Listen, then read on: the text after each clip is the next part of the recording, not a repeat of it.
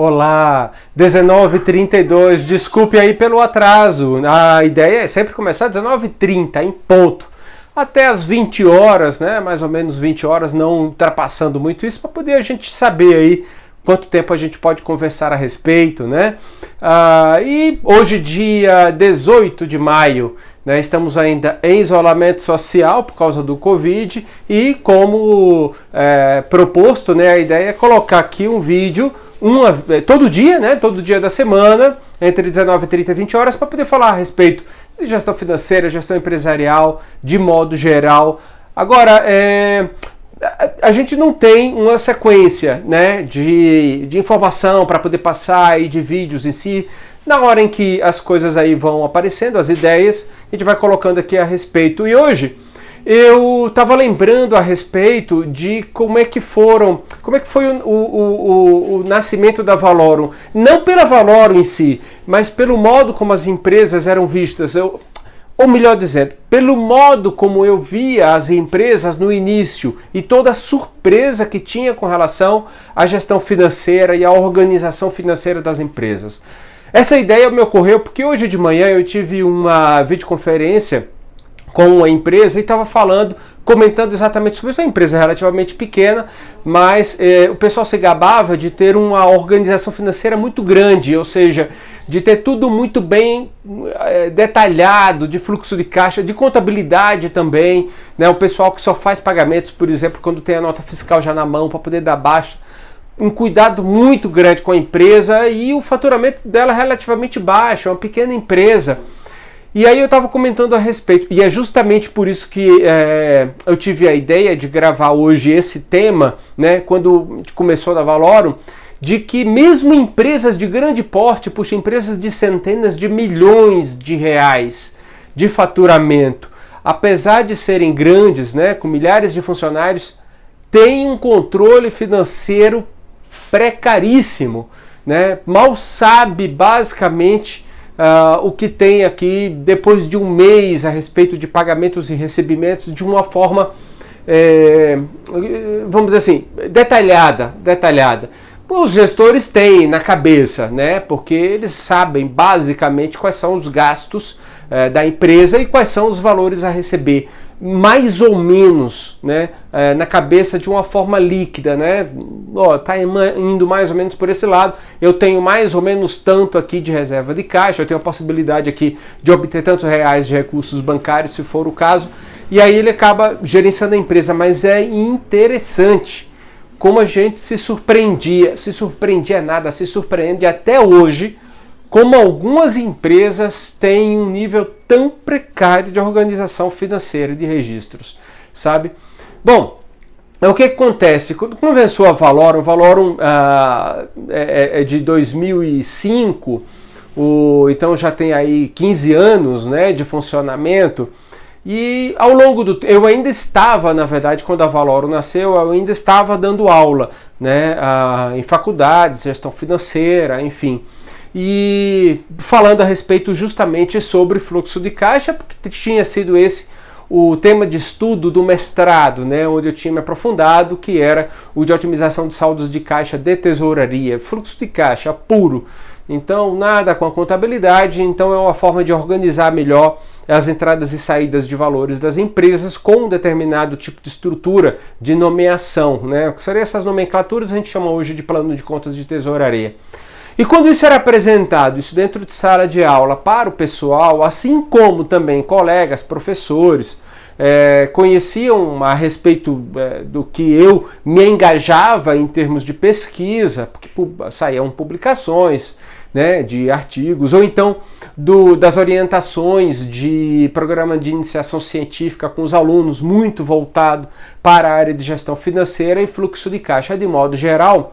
O pessoal chamava para poder ajudar uma empresa ou outra com relação a especialmente fluxo de caixa, especialmente gestão financeira.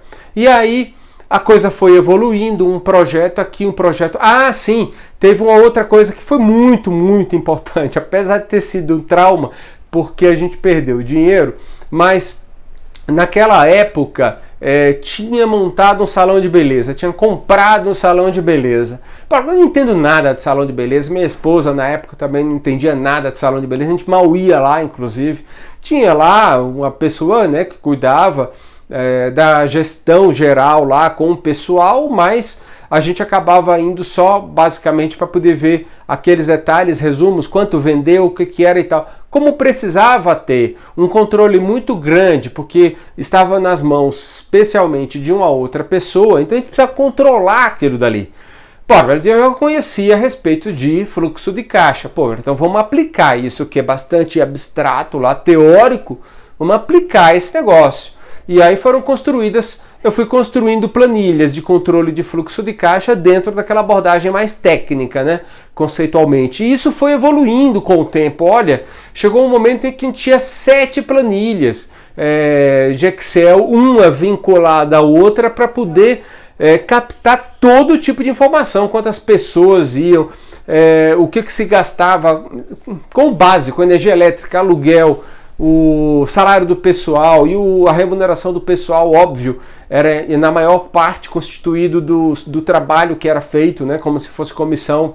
Então tinha que registrar o que era a produção de cada uma das pessoas, qual era a produção de cada um dos tipos de serviços, para que assim pudesse, numa outra planilha, calcular o que seria a comissão de cada uma daquelas pessoas para poder fazer os pagamentos mensais. Eu não me lembro se eram mensais ou se eram semanais, acho que eram semanais. Bom, eu não me lembro bem. Então, de modo que por aquelas planilhas se passava a ter a informação a respeito de quantas unhas eram feitas pelas manicures, quantas escovas, quantos penteados, quantas depilações, tinha um quartinho lá de depilação, inclusive, tudo direitinho. E claro, a partir daí, fazer o cálculo também do que era o gasto de insumos, né, de matéria-prima. Então eram shampoos, condicionadores, de tais e tais marcas, e assim por diante. Esmalte, enfim, e assim por diante.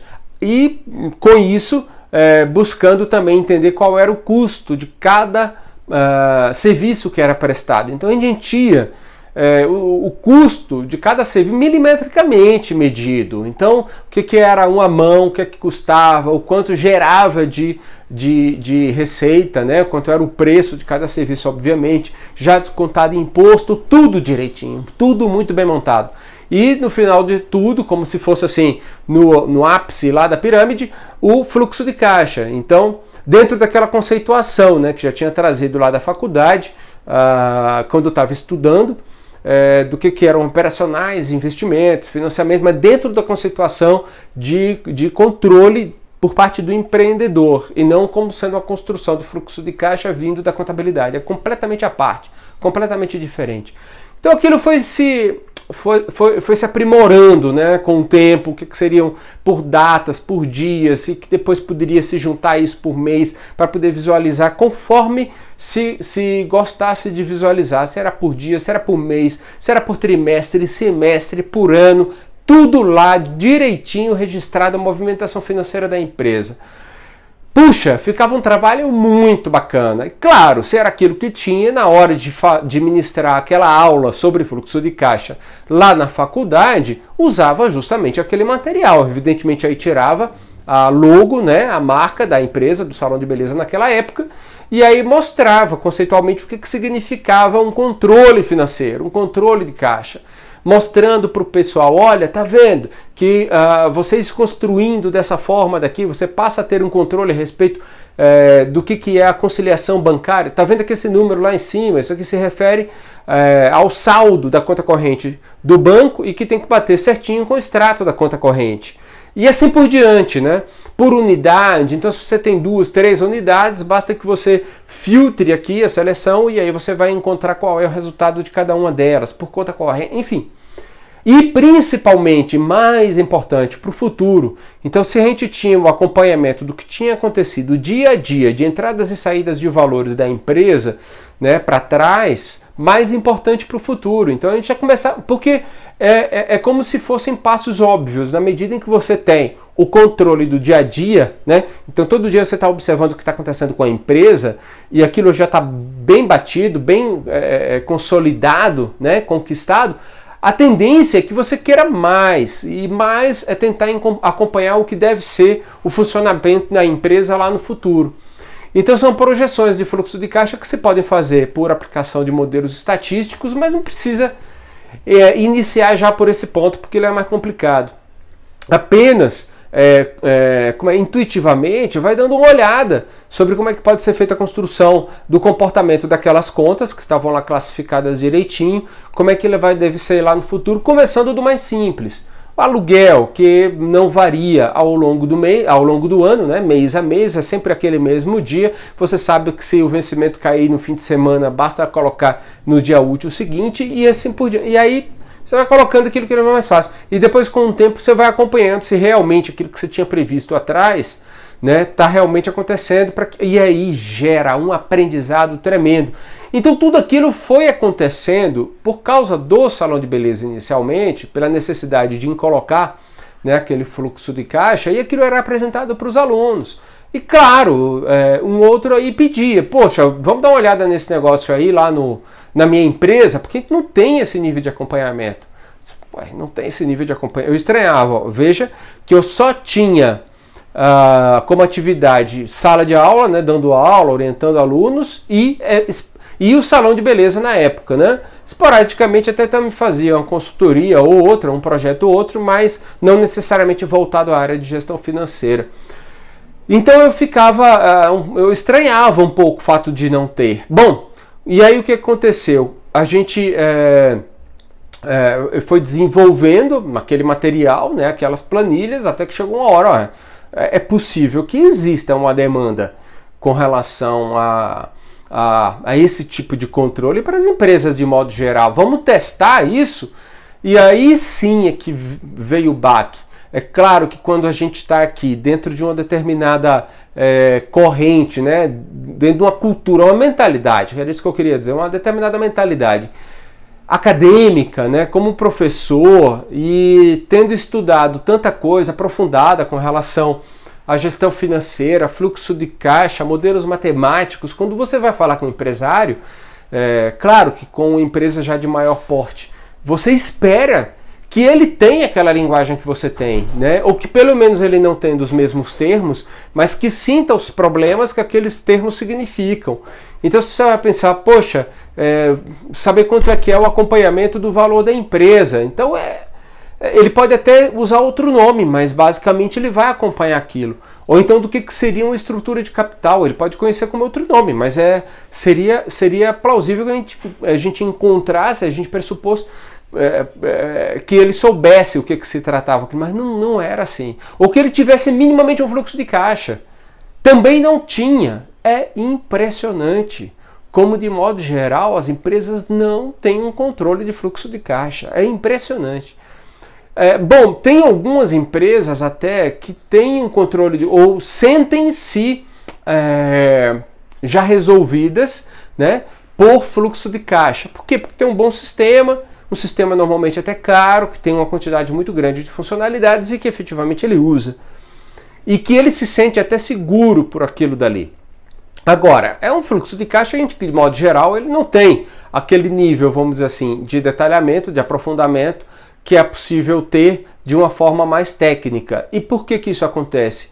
Porque, de modo geral, os sistemas, que são muito bons sistemas, os sistemas que estão aí, é óbvio que tem sistema ruim, mas tem muito sistema muito bom. E quando você passa a usá-lo, ele já vem integrado o que seria um plano de contas de tesouraria, um conjunto de nomes de classificação de valores de entradas e saídas em que ele vai poder usar. Inclusive um exemplo que aconteceu agora de manhã naquela videoconferência, a pessoa falando a respeito, o custo fixo, o custo variável, como é que se calcula, por quê? Cara, até em sala de aula é difícil explicar o que é custo fixo e variável. Não, é fácil explicar. Custo fixo é que não varia, custo variável é o que varia.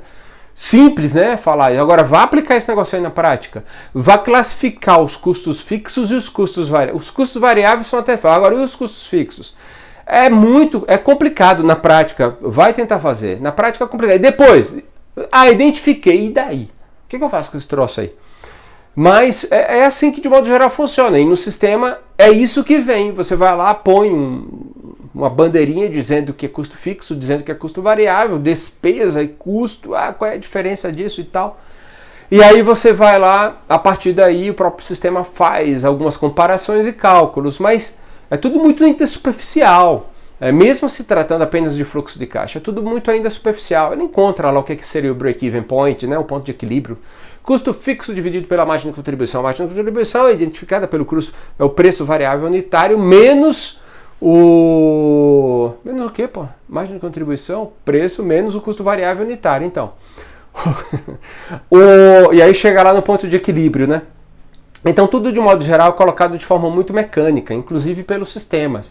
Não estou culpando o sistema, pelo amor de Deus, não é isso, são bons sistemas. A questão é porque, para que ele possa oferecer uma solução, precisa se conhecer como é que é a dinâmica de gestão financeira, de classificação de fluxo de caixa e de como se fazer o tratamento daqueles dados, claro. E nem todo mundo ou nem todos os sistemas têm acesso a esse conhecimento, até porque, e aí é que eu fui compreender depois, também os motivos pelos quais as empresas não tinham esse controle de fluxo de caixa. Não era só por causa do sistema, é porque de fato, e eu já sabia disso, eu apanhei muito quando eu estava estudando ao longo de todo o mestrado e depois para poder publicar artigo. É muito raro a literatura sobre fluxo de caixa, especificamente fluxo de caixa, sobre como fazer a composição do controle financeiro por fluxo de caixa. É muito rara a literatura, até hoje já era naquela época, até hoje é. Não, eu vou dizer diferente, tem muito livro, muita publicação hoje em dia, basicamente é tudo em inglês, tá? A grande maioria deles. Mas ainda assim é tudo muito superficial. Basicamente ele mostra lá a respeito de como você vai fazer a construção do que se chama demonstrativo de fluxo de caixa pelo método indireto. Então você vai lá, pega o DRE, vai compondo, e você chegar no método... E aí você vai fazendo todas aqueles cálculos, né, sobre os indicadores que provêm a partir do DFC indireto. Poxa, mas pelo DFC direto tem também literatura, mas ainda assim tudo muito superficial. Dá uma olhada, eu tenho que acompanhar essas coisas, eu leio, então realmente se ele não aprofunda com relação a isso. Então para o gestor que primeiro está preocupado com outra coisa, um empresário está lá, ele está vendo, são outras coisas, ele está cuidando da operação da empresa, do produto, do cliente, do fornecedor que não entregou a mercadoria, matéria-prima na hora que deveria, e tem que ir lá, os funcionários que estão lá brigando, ou então precisa criar lá uma forma de incentivar o pessoal a trabalhar, enfim...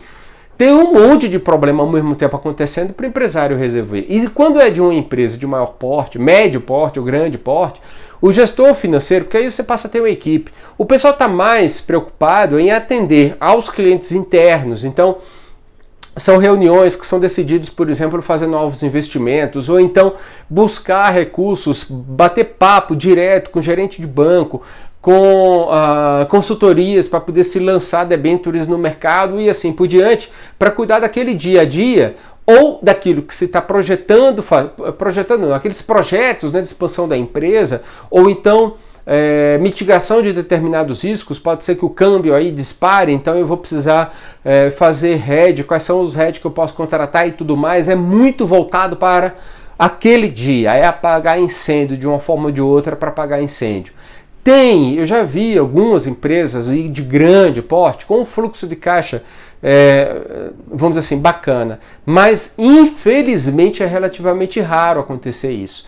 De modo geral, a gente ainda encontra algumas empresas que, puxa, por fora, a gente sempre teve, né, como uma empresa bem organizada, bacana, porque tem um produto bom, porque de modo geral ela acaba tendo uma fama boa no mercado, né, por ter um bom produto e um relacionamento legal também com o cliente. Mas quando você vai olhar lá dentro, nossa senhora, não tô falando da cozinha não, tá? De forma literal. Eu tô falando assim, daquele controle de fluxo de caixa. Nossa, até hoje a gente se surpreende e às vezes pensa, cara, apesar de todo o esforço desse pessoal perder dinheiro, ainda assim essa empresa cresce. Muitas vezes é por causa do movimento de mercado, né, que é mais forte e leva a empresa a crescer, a ganhar dinheiro, apesar de tanto... Porque não tem jeito. Concorda que se você, com qualquer coisa, se você não tiver um determinado recurso que seja organizado, a tendência é que você desperdice. Eu costumo dizer assim, olha, lá na cozinha da sua casa, lá na despensa da sua casa, tá tudo muito organizado lá, né? A farinha, o feijão, o arroz, e assim por diante. Porque se não tiver as latas, você desperdiça. Se tiver uma coisa em cada lugar e você não tiver nem noção a respeito do que tem, a tendência é que você desperdice, passa da validade, você acaba comprando o que já tinha no supermercado e vai acumulando. A tendência é desperdiçar, a gente sabe disso. E a mesma coisa com dinheiro. Se você não organizar bem o dinheiro, eu não estou falando da contabilidade, isso é uma outra coisa que tem que ser organizada também. Tem um contador para poder fazer isso, tem que ser mantido tudo muito direitinho. Agora, no fluxo de caixa, entrada e saída de valor, do que se trata, como ele está se comportando dentro da empresa, se não tiver uma boa organização disso, desperdiça dinheiro. E é surpreendente a quantidade de empresa que a gente ainda encontra com uma organização pífia a respeito do fluxo de caixa. É impressionante.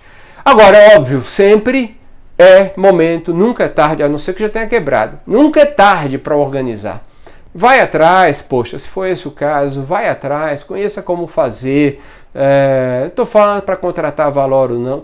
Contrate a Valor, não sei, mas mesmo que não se contrate a Valor, vá atrás, porque dá para se construir aí o fluxo de caixa e ter uma projeção a respeito do comportamento dela lá no futuro. Isso aumenta muito a chance de sucesso. Não só de evitar a empresa quebrar, como também aproveitar melhor esses recursos para poder ganhar mais dinheiro. Vale a pena, dá uma olhada lá, porque é importante, tá bom? Bom, eu acho que é isso que tinha para falar. A gente escolhe um tema aqui pouco antes de iniciar e vai falando, né? Pessoal, fiquem à vontade para colocar comentários aí, perguntas, inclusive, é um prazer responder. Aliás, eu procuro responder e até adotar um tema ou outro aqui de acordo com os comentários que são colocados, tá? Seja no Instagram, seja lá no canal da Valor lá no YouTube, onde o vídeo vai ficar gravado, tá bom? Vamos bater um papo aí, que é um prazer imenso a gente conversar a respeito de gestão financeira. Amanhã tem mais, 19h30, para poder a gente falar a respeito de algum tema em gestão empresarial, tá bom? Muito obrigado e até a próxima.